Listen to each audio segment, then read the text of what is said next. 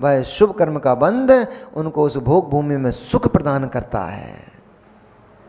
उस भोग भूमि में कुछ भी जीव को कष्ट नहीं होता। प्रथम काल में अपसर्पणी उत्सर्पणी को अपन कल लेके चले थे, अपसर्पणी काल उत्सर्पणी काल, और उस अपसर्पणी उत्सर्पणी के कितना सागर प्रमाण, कितना सागर प्रमाण, 20 कोड़ा कोड़ी सागर प्रमाण क्या कहलाता है? एक कल्प काल कहलाता है। 20 कोड़ा कोड़ी सागर प्रमाण समय एक कल्प काल कहलाता है। उस कल्प काल में अब जो भी आज नए आए हैं, इसलिए थोड़ा सा मैंने रिवीजन किया, क्योंकि बहुत सारे आज बच्चे लोग नए आए हैं संडे के कारण। तो आपको बेटा सृष्टि का क्रम समझना है।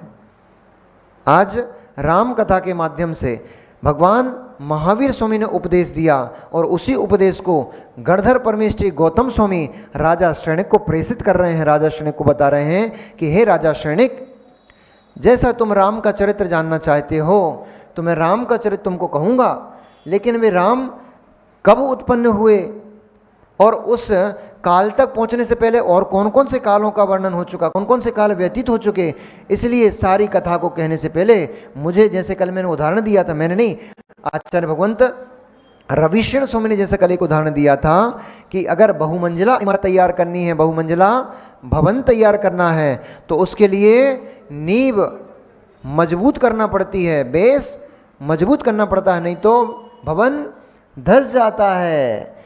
इसके लिए राम कथा बहुत उच्च चारित्र है। उस चारित्र को कहने के लिए काल, द्रव्य, क्षेत्र आदि का मैं पहले बेस तैयार करूंगा, पहले भवन के वजन को झेलने लायक मैं नीचे पहले आधार मजबूत करूंगा। इसलिए मैं सबसे पहले तुम्हें काल द्रव्य की व्याख्या करता हूं, और उस काल की द्रव्य की व्याख्या करते हुए आचार्य भगवंत ने यहाँ इस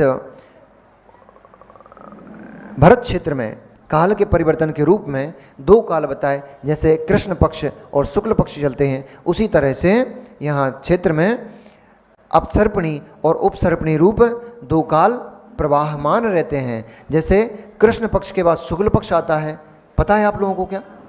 कम से कम अपने बच्चों को इतना तो सिखा के रखो, कम से कम इतना तो सिखा पढ़ा के रखो, क्योंकि जब कृष्ण पक्ष शुक्ल पक्ष ही पता नहीं होगा तो जो आपके शाश्वत पर्व अष्टमी चतुर्दशी हैं वे कहाँ पता कर पाएंगे।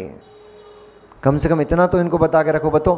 अब ये भी हमें बताना पड़ेगा कि महीने में 2 पक्ष होते हैं, एक कृष्ण पक्ष होता है और एक शुक्ल पक्ष होता है।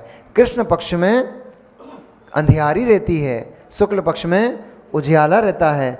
कृष्ण पक्ष में अधिक समय क्रम से प्रतिदिन अंधकार बढ़ता जाता है, और शुक्ल पक्ष में प्रतिदिन प्रतिमन उजाला बढ़ता जाता है।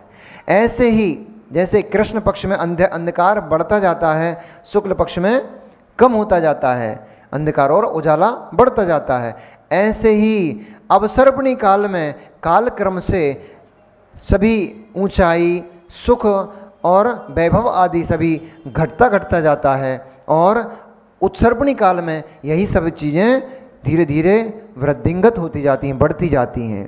ये पूरा काल का क्रम चलता है। उस काल में सबसे पहले उत्सर्पणी काल की अपन यहाँ की व्याख्या देखते हैं। तो उत्सर्पणी काल में सबसे प्रथम जो काल होता है उस काल का नाम होता है सुषमा काल अथवा सुखमा काल। इसको प्रथम काल कहते हैं। यह प्रथम काल सुखमय होता है, इसका नाम ही सुखमा है, यानी वहाँ दुख नाम की कोई वस्तु तो होती ही नहीं। फिर उद्धार पल्लों का फिर अद्धा सागर बनता है, फिर अद्धा सागर का एक सागर बनता है। कैलकुलेशन गड्ढे का, पल्ले का कैलकुलेशन में गड्ढे से शुरू होता है। ठीक है, फिर कभी अपन ये, क्योंकि समय कम रहेगा, कथा बहुत लंबी है, इसलिए 3 पल्ले यानी असंख्यात वर्ष चले गए उसमें, करोड़ 2 करोड़ 10 50 करोड़ नहीं, अनकाउंटेबल वर्ष उसमें निकल जाते हैं। इतनी आयु वहाँ पे जीवों की होती है, मनुष्यों और त्रियंचों की होती है वहाँ पर इतनी आयु। और कितने बड़े बड़े होते हैं, 6000 धनुष प्रमाण पहला जो काल होता है, वहाँ जीव की, व्यक्ति की ऊंचाई जो वहाँ पे भोग भूमिया जीव होता है मनुष्य, उस मनुष्य की आयु, उत्कृष्ट आयु, उत्कृष्ट अवगाहना, हाइट 6000 धनुष, यानी लगभग 3 कोस उत्कृष्ट अवगाहना। और घटते घटते फिर काल के जाते जाते व्यतीत होते हुए जब असंख्यात वर्ष निकल जाते हैं, तब यही अवगाहना घटते घटते 2 कोस की रह जाती है, यानी 4000 धनुष की रह जाती है, यानी कि लगभग 2 कोस। 2 कोस मतलब समझते हो? 2 लगभग 2.25 2.5 किलोमीटर का, 2.5 किलोमीटर का 1 कोस, लगभग कितना? 4 किलोमीटर, 256, यानी 2.5 कोस, 2.5 किलोमीटर का 1 कोस। तो 2.5 दूनी 2.5 तिया कितने हो गए? 7.5। 7.5 किलोमीटर की उनकी हाइट होती है। 7.5 किलोमीटर, 7.5 लगभग, हाँ अप्रोक्स 7.5 किलोमीटर लगभग लंबा है। 7.5, हाँ 6000 धनुष हैं, 3 कोश, और 1 कोश में लगभग 2.5 किलोमीटर। तो 7.5 किलोमीटर लगभग अप्रोक्स लगा रहा है, क्योंकि आप लोग किलोमीटर समझते हो ना, कोस नहीं समझते, इसलिए उसको मुझको कन्वर्ट करना पड़ रहा है। तो लगभग 7.5 किलोमीटर लंबा व्यक्ति होता है। अब इसमें आश्चर्य नहीं समझना, हलचल बंद करोगे तो आनंद आएगा, हलचल करते रहो तो कैसे आनंद आएगा? आशु भाई, स्वयं व्यवस्थित होंगे तो सब व्यवस्थित अपने आप हो जाएंगे। और ये तो पीछे आने वालों की गलती है। यदि उनको स्थान नहीं मिल पा रहा है, इतना विशाल हॉल है, फिर भी यदि उनको स्थान नहीं मिल पा रहा है, तो ये तो उनकी गलती है कि वे 9:45 9:30 बजे क्यों आ रहे हैं। कथा का श्रवण करना है तो भाई कथा का समय 8:30 बजे से प्रारंभ हो जाता है, 9 बजे से कथा प्रारंभ हो जाती है, तो उनको 9 बजे अपना स्थान आकर के आगे घेर लेना चाहिए। हम लोग तो जब छोटे छोटे थे, अब देखो कथा से कथा निकल आती, हम क्या करें। हम लोग जब पहले छोटे छोटे थे, गांव में रहते थे, तो रामलीला होती थी वहाँ पे, और रामलीला के लिए वहाँ पे कोई स्थान अलग से आसन थोड़ी मिलता था। वो तो अब स्टैंडर्ड बढ़ गया लोगों का, अब चेयर्स मिलने लग गई, सब मिलने लग गया है। अब स्टेडियम में होता है तो फिर वो सब व्यवस्था मिल। पहले तो रामलीला का मैदान होता था, रामलीला मैदान, उस मैदान में हुआ करती थी, आप लोगों ने भी कभी देखी होगी। तो पहले क्या करना पड़ता था, शाम को सबसे पहले अंतःकरी भोजन किया और अपनी एक बोरा लेकर चले गए, जो होता ना गेहूं का बोरा, पट्टा, अपना पट्टा लेकर चले गए और जाके सबसे पहले आगे अपना पट्टा बिछाए और उस पर नाम लिखाए। स्थान सुरक्षित, ठीक है। फिर भी अपना तो कर्तव्य बनता है, क्योंकि अपन तो दानवीर लोग हैं, अपना तो कर्तव्य बनता है कि जीव को भी स्थान मिले। इसलिए थोड़ा थोड़ा भैया सभी लोग भूमि दान कर दोगे तो पीछे जो लोग खड़े हो गए हैं उनको भी थोड़ा स्थान मिल जाएगा। थोड़ा थोड़ा सभी लोग भूमि दान करते हुए, बिना आवाज़ के, लेकिन क्योंकि कथा का आनंद समाप्त हो जाएगा आवाज़ करोगे तो, इसलिए बिना आवाज़ के। चलो, तो वहाँ वो जीव हैं, उन जीवों की हाइट 6000 धनुष, यानी लगभग 3 कोस की उनकी अवगाहना होती है, और वे जीव 3 पल की आयु जीते हैं। और इतना बड़ा शरीर होने पर भी भोजन कितना सा, मात्र बेर के बराबर भोजन करते हैं, वो भी रोज नहीं करते हैं। हर 3 दिन के बाद चौथे दिन मात्र 1 बेर के बराबर भोजन करते हैं। जो जितना उत्कृष्ट व्यक्ति होता है, जितना पुण्यशाली व्यक्ति होता है, उतना उसका आहार कम होता है, उतना उसका गमनागमन कम होता है। बेर बड़ा हो सकता है वहाँ का, लेकिन ये एक आनुमानिक स्थिति बताई है। हाँ, हो सकता है वहाँ का इतना बड़ा बेर हो।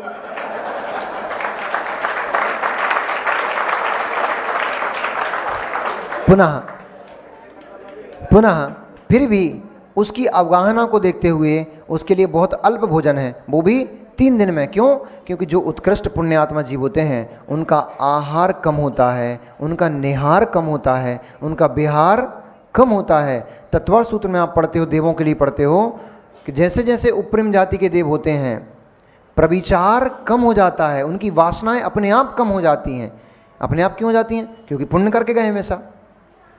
उपरिम जाति के देव होते हैं, उनकी वासनाएं कम होती हैं, जो निकृष्ट जाति के देव होते हैं उनकी वासनाएं अत्यधिक होती हैं। ऐसे ही आप अपने यहाँ पे भी अनुभवन कर सकते हो इस चीज़ का। जो व्यक्ति पढ़ा लिखा होता है, जो व्यक्ति पुण्य आत्मा होता है और जो व्यक्ति एक स्टैंडर्ड लाइफ को जी रहा होता है, वह व्यक्ति हर कहीं प्रविचार करते नहीं मिलेगा। और जो हीन लोग होते हैं, ऐसे लोगों हर कहीं काम पीड़ा करते मिल जाएंगे, हर कहीं व्यभिचार करते मिल जाएंगे, हर कहीं बलगर बातें करते मिल जाएंगे। एक सभ्य पुरुष हर कहीं बलगर बात करते नहीं मिलेगा। मजाक भी करेगा तो स्टैंडर्ड मजाक करेगा, भद्दी अभद्र मजाक नहीं करेगा। ये पुण्यात्मा का लक्षण होता है। वही यहाँ पे कि पुण्यात्मा का भोजन अपने आप कम हो जाता है। अब हो सकता है बेर थोड़ा वहाँ पे बड़ा होता हो, लेकिन वहाँ के बेर का नहीं बता रहे होंगे, क्योंकि यहाँ पर कथन महावीर स्वामी के काल का चल रहा है और महावीर स्वामी कथन कर रहे हैं यहाँ पे। तो महावीर स्वामी के समय में जितना बड़ा बेर होता होगा लोग वही तो बेर समझेंगे, तो उनके समय के बेर बताया होगा उन्होंने। ये भी हम अनुमान से बोल रहे हैं, वहाँ पे ऐसा साइज नहीं दिया कि बेर कितना बड़ा था, लेकिन ये भी अनुमान से इसलिए बोल रहे हैं क्योंकि महावीर स्वामी के समय का कथन है। तो बेर तो उस समय के लोग वही बेर देखेंगे, भाई इतना बड़ा बेर होता है। इसलिए अपने को तो महावीर स्वामी के समय का बेर लगाना है कि उतना लगभग जितना बेर होता होगा, वो भी रोज रोज नहीं होता है, रोज रोज नहीं खाते हैं, दिन में 4 बार नहीं खाते हैं। आपको तो सुबह उठते से सबसे पहले चाय, ब्रेड, नाश्ता, ब्रेड खाते हो। अभक्ष है, ये तो सड़क गली चीज़ें हैं, कीड़े पड़ जाते हैं, जीभ पड़ जाते हैं, उसमें तो लट पड़ जाती हैं। ब्रेड कोई खाने की चीज़ होती क्या? अभक्ष पदार्थ है। ऐसे ब्रेड और टोस्ट खा के आप अपना सुबह करते हो, फिर घंटे 2 घंटे बाद फिर नाश्ता करने लग जाते हो, पोहा वोहा खाने लग जाते हो, वो भी बेकार चीज़। फिर उसके बाद अरे पोहा कोई अच्छी चीज़ होती है? सड़ी सड़ाई चीज़ है, कितने दिन पहले पक गया था, फिर उबाल के तब से रखा है, अभी तक चले ही आ रहा है वो, अभक्ष।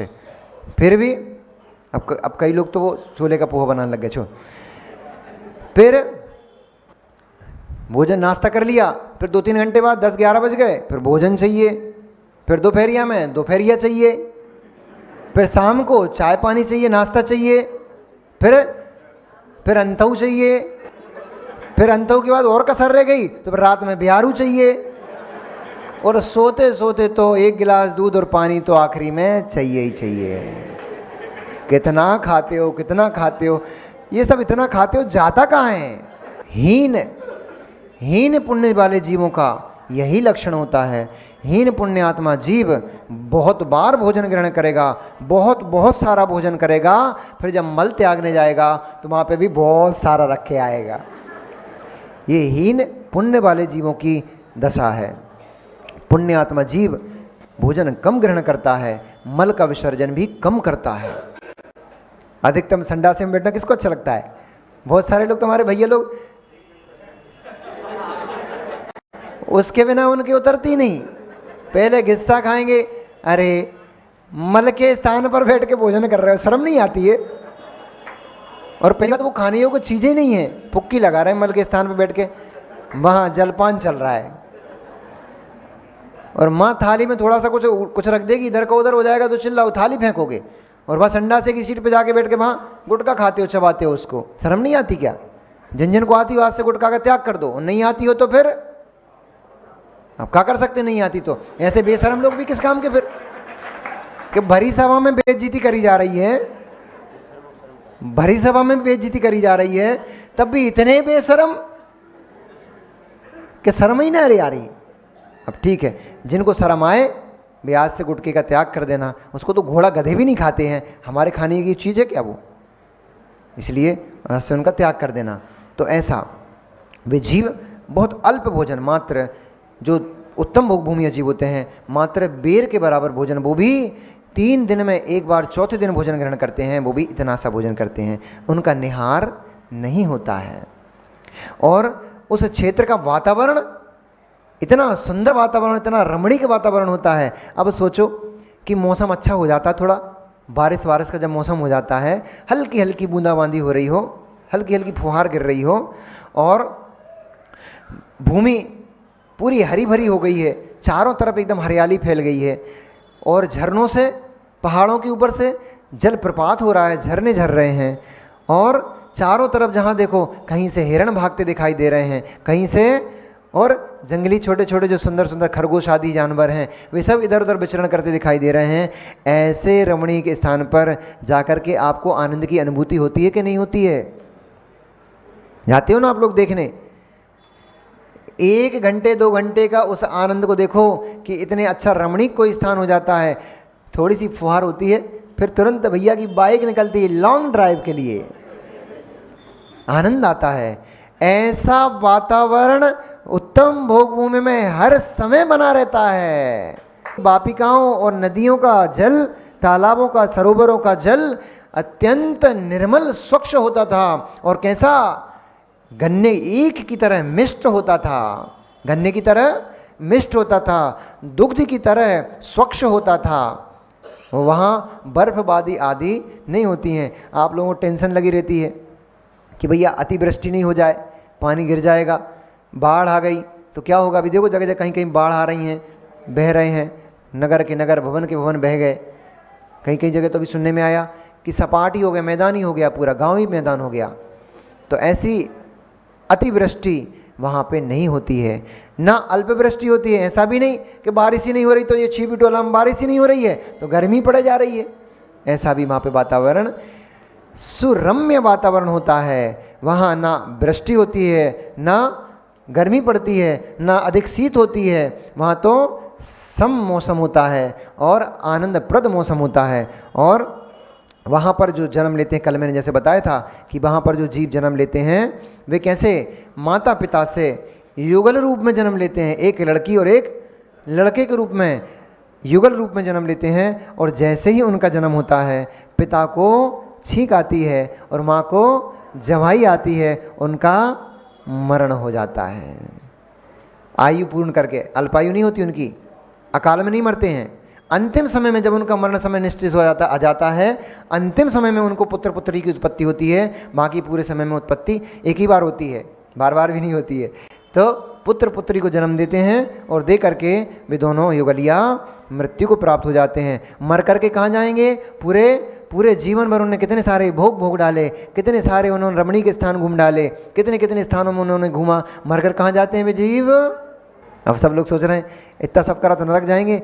नहीं, उन जीवों के पास शेष में इतना पुण्य शेष बचा रहता है, इतना पुण्य शेष बचा रहता है। और दूसरा, वे जीव कभी आपस में लड़ाई झगड़े नहीं करते, ना पति पत्नी दोनों कभी नहीं करते, और ना ही आजू बाजू वाले युगलिया से उनको कोई संबंध होता, कोई मतलब होता है, उनको किसी से कोई मतलब नहीं। वे पति पत्नी अपने में ही मस्त रहते हैं, घूमते फिरते रहते हैं, मौज मनाते रहते हैं। और सारी व्यवस्थाएं उनकी, जैसे कल बताया था, 10 प्रकार के कल्प वृक्ष होते हैं, उनको कुछ कमाना नहीं पड़ता। अभी बेचारे बच्चों को कितनी मेहनत करना पड़ती है, अभी पढ़ाई करेंगे, फिर जॉब करने जाएंगे, वहाँ बेचारे बॉस इनको घेरेगा, सुबह 8 बजे से बुलाएगा, रात को 8 बजे छोड़ेगा, 12 घंटे नौकरी कराएगा, तब जा कर के ये 1,50,000 रुपये महीने कमा पाएंगे। वहाँ पे कुछ भी नहीं करना पड़ता, ना रोटी कमाने के लिए, ना भोग कमाने के लिए, ना मकान दुकान कुछ होती नहीं वहाँ पर, मकान दुकान वाली जरूरत नहीं पड़ती। मकान भी